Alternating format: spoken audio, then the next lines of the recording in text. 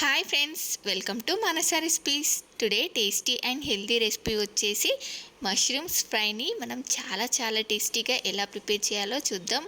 ముందుగా మా పిల్లలు మష్రూమ్స్ అంటే అంత ఎక్కువగా తినకపోయేవారు, కానీ ఇలా మష్రూమ్ ఫ్రై చేసి పెట్టాక అన్నంతో కలుపుకొని తినడం కాదు, వట్టి కర్రీయే తినేస్తున్నారు. అంత టేస్టీగా ఉంది. ఈ కర్రీలో ఎక్కువ మసాలాలు ఏమీ యూస్ చేయకుండా చాలా సింపుల్ అండ్ టేస్టీగా ఎలా ప్రిపేర్ చేయాలో చూపిస్తాను.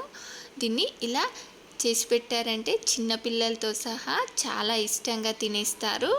మరి మీకు కూడా ఇది ఇలా పర్ఫెక్ట్గా రావాలంటే వీడియోని స్కిప్ చేయకుండా చివరి వరకు చూడండి. దీన్ని రైస్, చపాతీ దేనితో తీసుకున్నా కూడా చాలా టేస్టీగా ఉంటుంది. మరి ఇప్పుడు లేట్ చేయకుండా దీన్ని ఫటాఫట్గా ఎలా ప్రిపేర్ చేయాలో చూద్దాం. ముందుగా ఇలా మష్రూమ్స్ని నీట్గా క్లీన్ చేసి 1కి 2 సార్లు బాగా క్లీన్ చేసి తీసుకోవాలి. చూడండి, నేను ఇక్కడ వీటిని ఇలా మధ్యలోకి కట్ చేసుకుంటున్నాను, 4 ముక్కలుగా చేసుకుంటున్నాను. ఈ మష్రూమ్స్ని నేను ఇక్కడ ఒక 200 గ్రామ్స్ మష్రూమ్స్ని తీసుకొని ఇలా అన్నిటిని కూడా కట్ చేసి రెడీగా పక్కన పెట్టేసుకుందాం.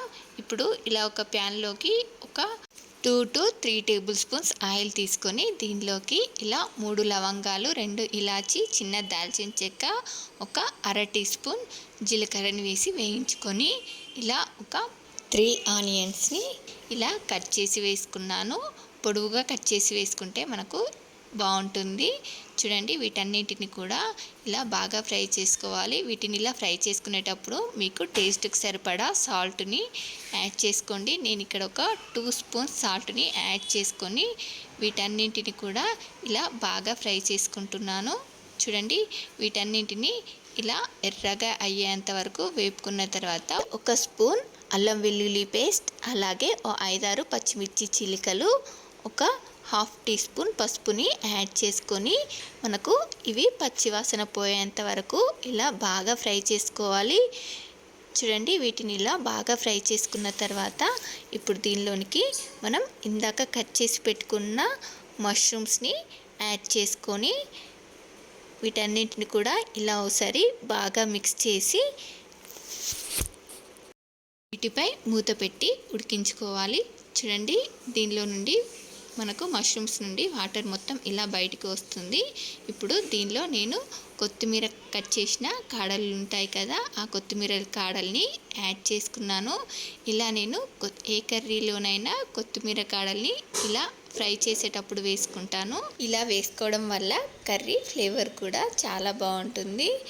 ఇప్పుడు దీన్నంతా కూడా ఇలా బాగా మిక్స్ చేసి మూత పెట్టి ఇలా వాటర్ మొత్తం ఎగిరిపోయి ఇలా ఆయిల్ పైకి తేలేంత వరకు బాగా ఫ్రై చేసుకున్న తర్వాత ఇప్పుడు దీనిలోనికి ఒక అర టీ స్పూన్ జీరా పౌడర్, అర టీ స్పూన్ ధనియా పౌడర్ని యాడ్ చేసుకొని మీకు టేస్ట్కి సరిపడా చిల్లీ పౌడర్ని యాడ్ చేసుకోండి. నేను ఇక్కడ ఒక 2 స్పూన్స్ చిల్లీ పౌడర్ని యాడ్ చేసుకొని దీన్నంతా కూడా ఒకసారి ఇలా బాగా కలిపి దీన్ని ఇలానే ఒక 4-5 నిమిషాలు బాగా ఫ్రై చేసుకొని లాస్ట్లో కొంచెం కొత్తిమీరను వేసుకుంటే సరిపోతుంది. మనకు చాలా టేస్టీగా మష్రూమ్ ఫ్రై రెడీ అయిపోయింది. దీన్ని మీరు కూడా ఒకసారి ఇలా తప్పకుండా ట్రై చేయండి, చాలా టేస్టీగా ఉంటుంది. దీన్ని ఇలా రైస్, చపాతీ దేనితో తీసుకున్నా కూడా చాలా టేస్టీగా ఉంటుంది. మరి మీలో ఎంతమందికి ఈ మష్రూమ్ ఫ్రై అంటే ఇష్టమో, మరి మీలో ఎంతమందికి నచ్చిందో కామెంట్ చేయండి. అలాగే మీకు ఈ రెసిపీ కనుక నచ్చినట్లయితే మా ఛానల్ని లైక్ చేయండి, షేర్ చేయండి. మరిన్ని టేస్టీ అండ్ హెల్దీ రెసిపీస్ కోసం మనసా రెసిపీస్ ఛానల్ని సబ్స్క్రైబ్ చేసి దాని పక్కనే ఉన్న బెల్ సింబల్ని క్లిక్ చేయండి. Thank you for watching my video.